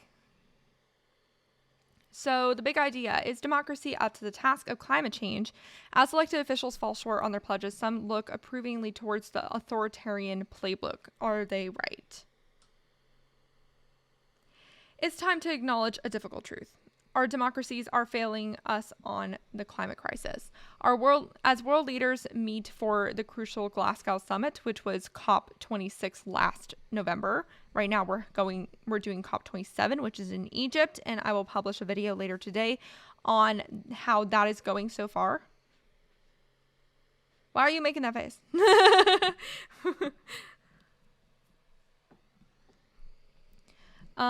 But yeah, so our world leaders meet for a crucial Glasgow summit. Rhetorical commitments abound, but no government has a plan compatible with the, whoa. I have no relation to this article. Interesting article here. It's actually kind of what I would say if you're asking for my serious academic hat on take. I think electoral democracy is insufficient at dealing with climate change, and I think that it has inherent flaws that prevent it from resolving long-term problems. Yes. This would normally be okay when it's a problem with no time limit, but the environment does have a time limit and the clock is ticking. We may run out of time for ambiguity very soon, and that is a doomer take. Yes, exactly. So, but no government has a plan compatible with the globe or with the goal that they all have agreed is critical to our collective future, limiting global average temperature rise to 1.5 degrees Celsius. In some democracies, such as the UK, there is at least a consensus that something must be done. And others, such as Australia, Canada, and the US, which now Australia is on board and Canada for somewhat is on board, more than the US anyways. Political debates rage over the most fundamental questions.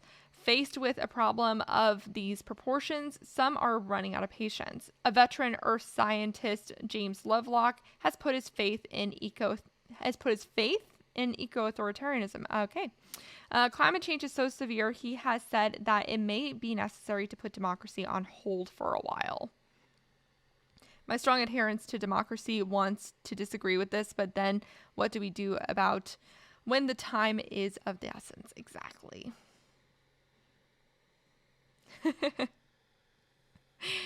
Lovelock may state this explicitly, but in my many years of work on climate policy and politics, who is this? Rebecca Willis. Okay, I don't know who this is. I have been struck by how often people make the same argument implicitly. Bill Gates, in his breathlessly upbeat book, How to Avoid a Climate Disaster, it is quite upbeat and very biofuel friendly, describes how, I did a book club on that, by the way, it's on my YouTube channel. And Rue is throwing up behind me. Describes how enlightened investment strategies from well-meaning entrepreneurs could save the day. No need to bother, he implies, with winning hearts, minds, or votes.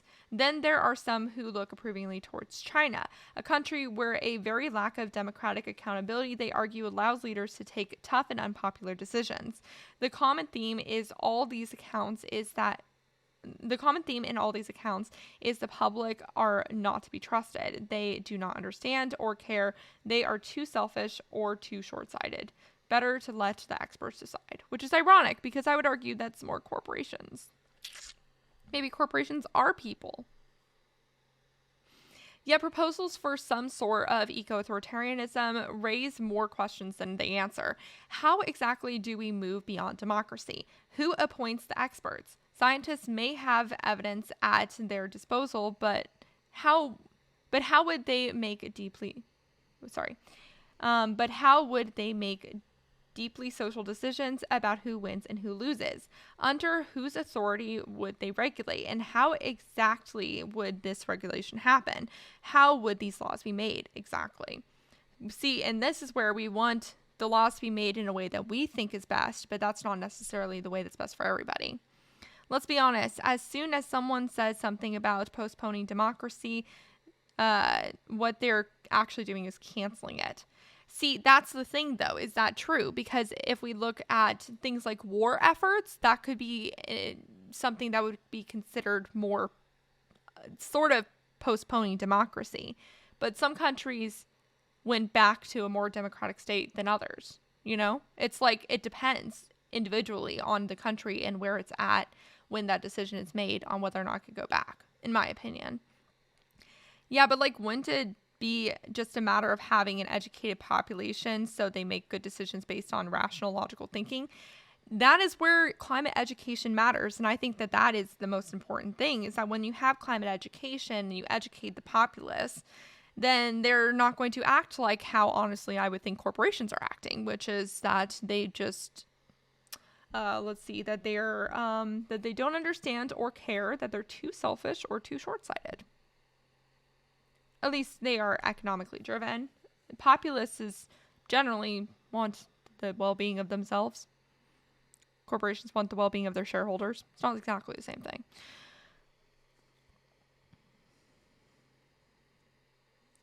So not like what left wants, huh? Wait. The left wants an indoctrinated population that doesn't think but obeys? No. That's not... You need to relook up your definition of leftism, because that's not an accurate description of what leftism means at all. The left is more in favor of education. Yeah, the left is more in favor of public education, in fact. That's why you would have words like trust the science. Dude, why are you going off the rails all of a sudden? What the heck? Education or education? It's not education. What education system did you go through? I want to know. Yeah, fuck yeah, I trust the science. I trust the science too. Are you kidding me? What do you mean trust the science is a questionable term? Like what? I'm sorry. Why does the left constantly tell you to defer authority? Defer to authority? Dude, science does not equate to scientists, nor does it equate to scientific institutions. It's just science. Do you understand what science means? Do we need to go through a definition of what science means? I feel like we need to go way back into what the scientific theory is, the scientific method. Do we understand what the scientific method is? Rocket Ship Blue, give me a definition of the scientific method. Thank you. The left is fundamentally against low-level grassroots democracy. You're contradicting yourself. That's exactly what the left likes, is low-level grassroots democracy. You're confusing socialism with authoritarianism, which is a weird thing to do. They want everybody who isn't a part of their club to be a dumb peon who gets their opinions from news outlets versus forming them yourself. My dude, you're literally confusing authoritarianism with socialism. It's drastically a different thing. The widest of free thoughts that allows I'm sorry, okay. I don't understand. He wasn't a troll a second ago. Like, what happened? At best, you can contribute solutions to specific issues they provide and feed to you. You're not allowed to question. Dude, I'm sorry. Has anyone been put in jail on the right for questioning things? Is Tucker Carlson in jail? I was unaware of Tucker Carlson being in jail. Goodness, that's concerning. What? You're living in an alternative reality, I'm afraid. I'm sad because I thought that you were not a troll, but you're a troll. You're not allowed to question why something is an issue. You're allowed to question global warming. Dude, because there's science behind global warming. Again, can you please, in the chat, can you please define scientific method for me? I'm not going to read any of your comments until you define what the scientific method is. Thank you. Pretty much every single person I've heard who has problems with science in this form is someone who's never actually been involved with science before. Exactly.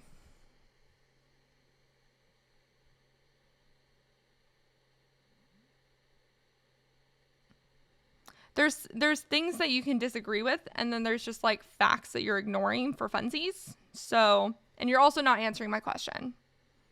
I'm the person in charge of this chat, fun fact, and you need to answer my question because you're currently not showing any fact to your statements. So if you could give me the definition of the scientific method, then at least we know that we're on the same frame of understanding, because that's what facts are for, and that's what science is for, is to have a fundamental understanding of reality. And if we're not on the same page with that, then I'm afraid that there's not really much reasonable conversation that could be had.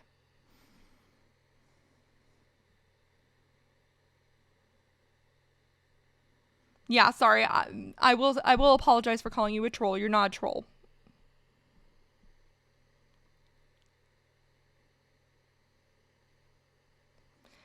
Rocket Chip Blue, give me a definition of the scientific method.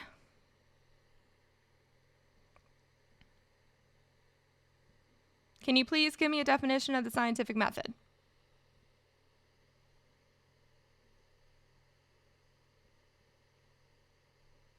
Can you please give me a definition of the scientific method? Okay, we're going to move on to talk about this more. And Rocket Ship, this is my stream. If you want to control your own stream, you can go do that on your own. But this is my stream, and I asked for a definition of the scientific method.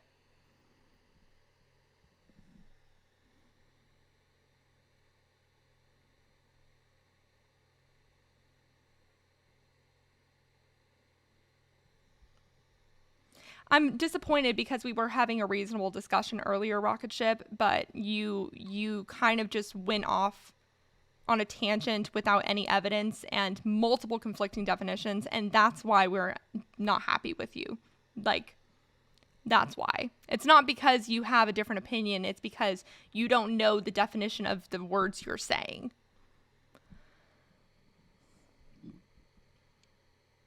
No. I'm not going to do whatever the fuck you say because it's my goddamn stream. So you get to give me a definition of the scientific method, and we're moving on. Okay. Yet proposals for some sort of eco-authoritarianism raise more questions than they answer. How exactly do we move beyond democracy? Who appoints the experts? Scientists may have evidence at their disposal, but how would they make deeply social decisions about who wins and who loses?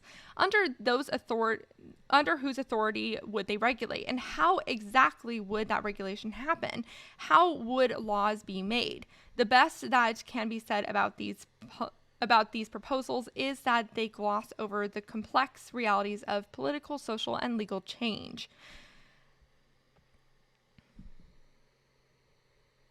There's also the fact that authoritarianism states have not performed better historically. A recent study by the University of Gothenburg's V-Dem Institute allowed that autocratic regimes, this is very interesting, guys, autocratic regimes lag significantly on climate action. Even the economic and political might of China, we have to hope that they find a way to bulk this trend, but it would be reckless not to mention ethnically wait, okay, sorry, that sentence went off.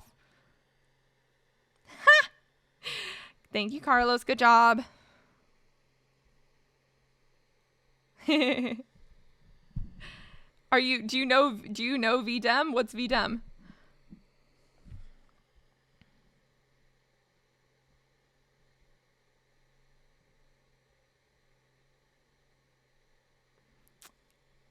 All right. Given the economic and political might of China, we have to hope that they find a way to bulk this trend. But it would be reckless not to mention the ethnically dubious, ethically dubious. I keep saying ethnic, and that's why I'm getting confused. Ethically dubious to suggest China has a political role modeled on climate. Despite the considerable flaws in our democratic system, the alternatives crumble under any sort of close inspection. It's hard to disagree with Churchill's pithy summary that democracy is the worst form of government except for all the others. Yeah, that's a good quote. I like people using actual sources. Yeah, it's a big database of stuff that measures varieties of democracy. That's cool that you can give it a go anyone can. That's super cool. I did not know about that. Huh. Thank you for sharing. I had no idea. Let's see. So my experience leads me to a very different conclusion than all the... Did I already say this? No, I didn't. Okay. My experience leads me to a very different... Sorry, my brain stopped being able to read things. Give me a sec. Let me sip some tea. Okay. My experience leads me to a very different conclusion than that of eco-authoritarianism. The data just doesn't support the picture of an uncaring and uninformed public. There we go. Here we go. Research consistently shows high levels of concern about climate change across different ages, demographic groups, and parts of the world. Yet, this concern is coupled with a deep mistrust in government and political elites, which we saw in our own chat. Oh, he got banned. Oh, no. Ew, he sent a creepy DM. Jesus.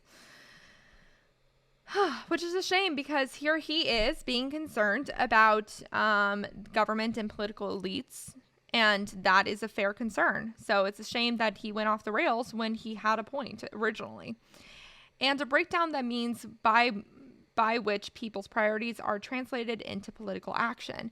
To generalize, we have a population that is cynical yet concerned about climate change, frustrated with the inability of politicians to act decisively in the face of growing climate impacts. Could it be that the problem here is not too much democracy, but too little? What if people were to begin with an assumption that people can and do make sensible decisions if they have evidence and the influence that they need? That if we designed a meaningful dialogue between citizens, experts, and governments, we would get better outcomes?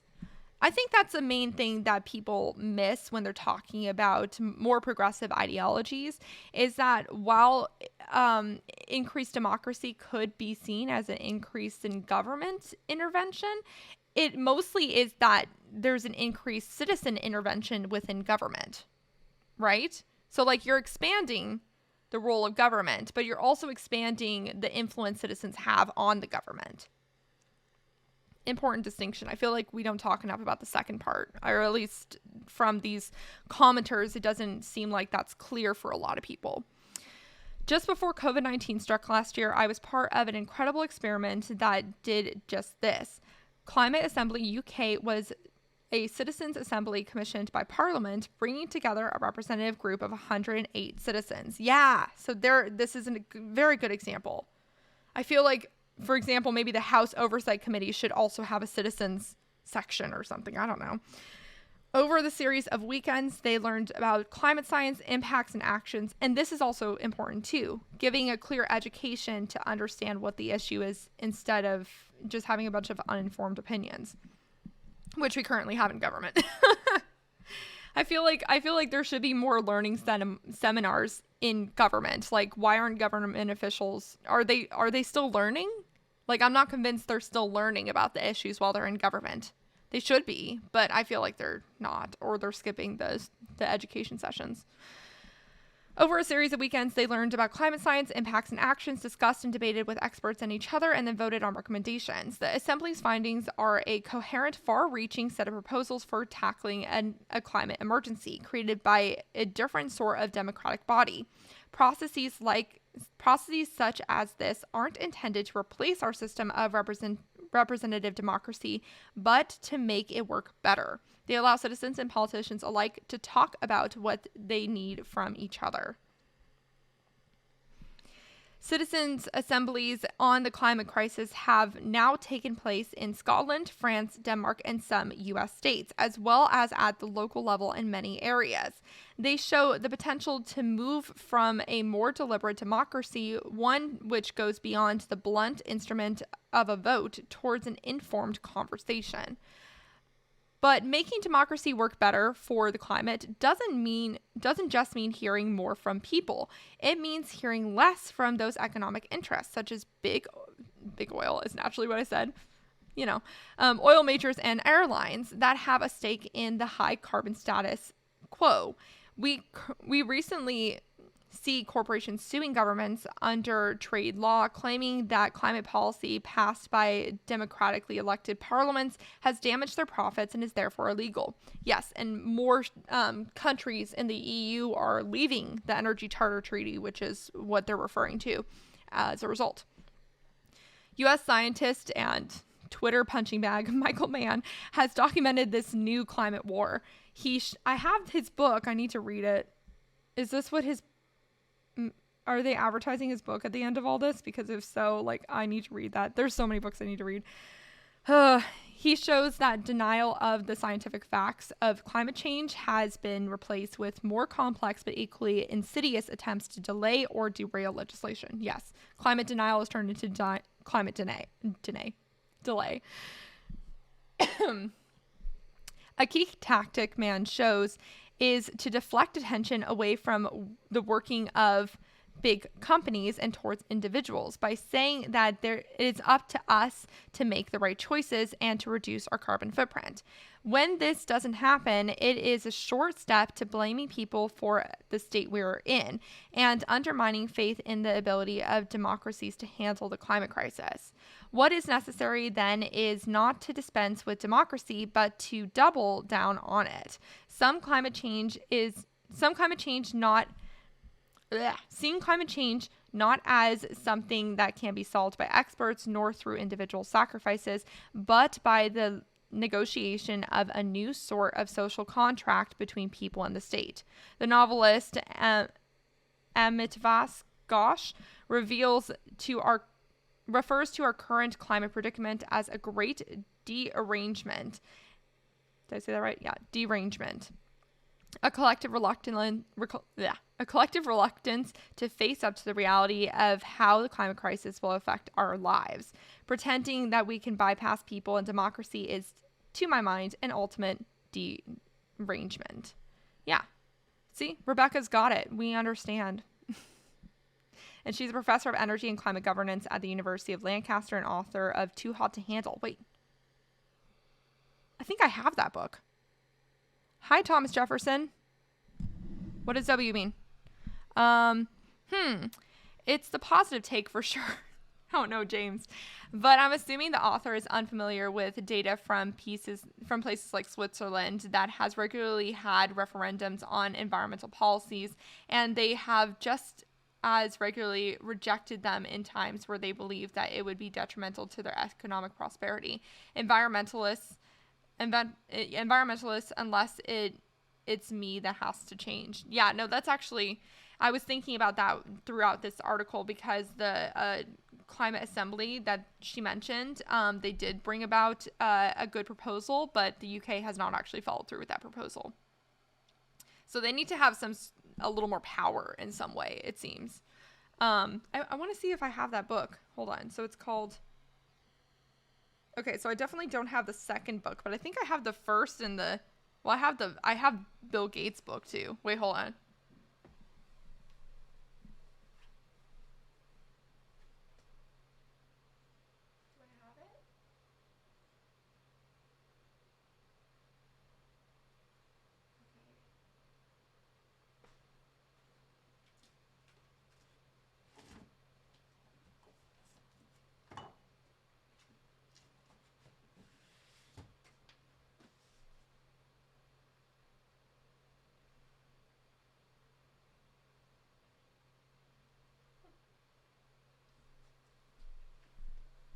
I really thought I had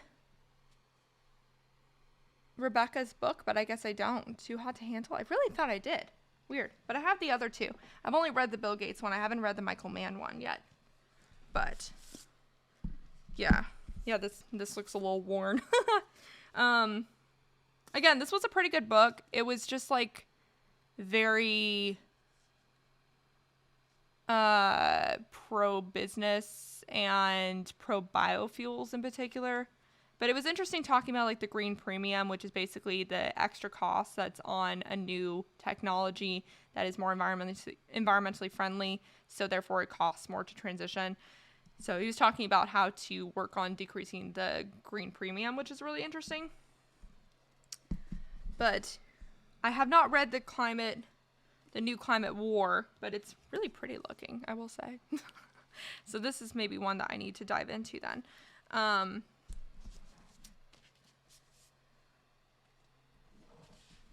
And I didn't know about the Great Derangement, which is just, derangement throws me off as a word, but interesting. So anyways, that's kind of like a more, as James said, a more uplifting way of looking at it. I think it's still important. Oh, thank you forever ago, Aberdar, for giving me a follow. I totally missed that. Sorry.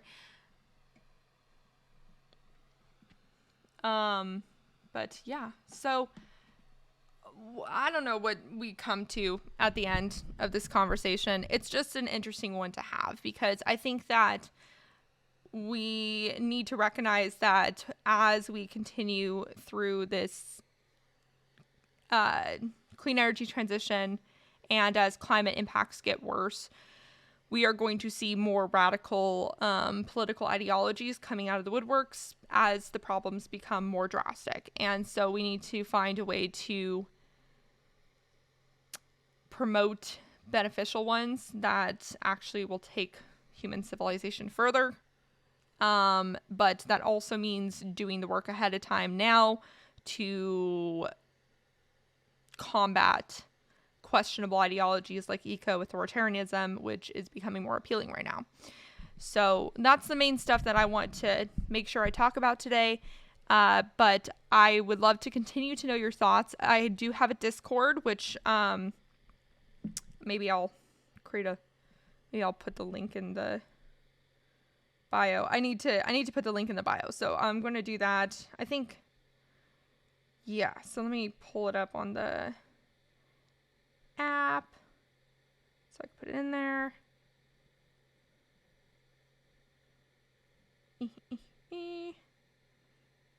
Oh yeah, I see the, sorry I didn't see the message sooner. I see it now. Okay. Sorry, I'm so bad at things like this.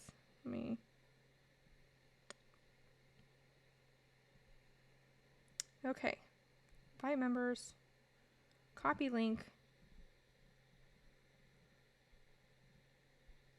Go over here. Paste link. There we go. I did it.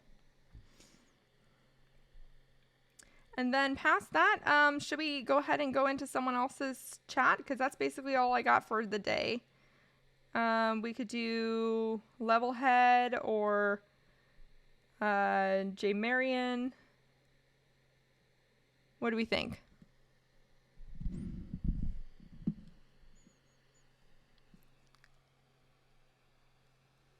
Oh, and also a reminder that next Friday we're going to talk about different types of batteries. So I'm looking forward to all the many links that you will send for that. So definitely you can start discussing it already in the Discord server. And I haven't seen the second one you mentioned. Second what? What did I mention? I only sent one link in. Definitely I find myself more in the doom camp than the non-doom camp, but only because, to be honest, I find that the positive fraction of the literature theory has been very lacking. I just don't think they overcome the fundamental issues of voter myopia.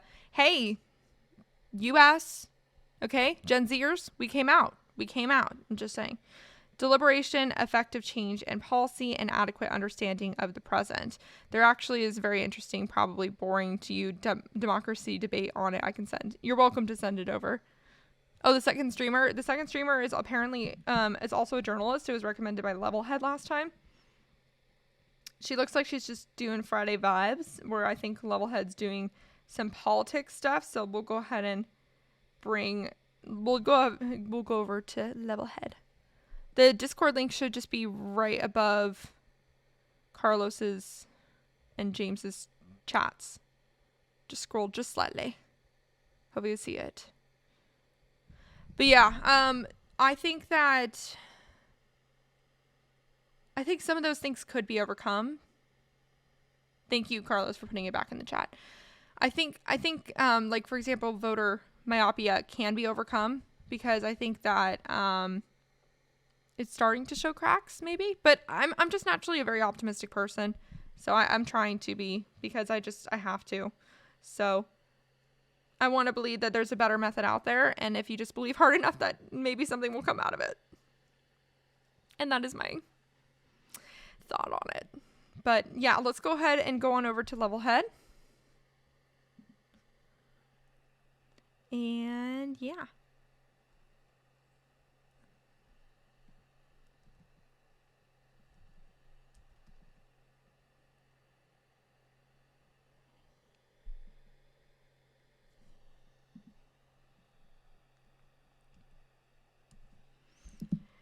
And of course, remember to talk about the climate crisis every single day and to support your local news organizations, as I always say. And I will also have a COP week 1 summary video coming up later today, so definitely check that out. Well, it might be tomorrow, but I'll try to do it today. Yeah. So that's all I got. But thank you very much for engaging in this interesting conversation topic with me. I appreciate it. And yeah, let's go ahead and head on over there.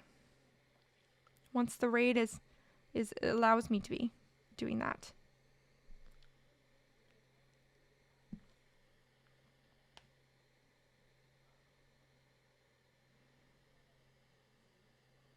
It's not letting me press raid now. Almost. There we go. Okay, bye.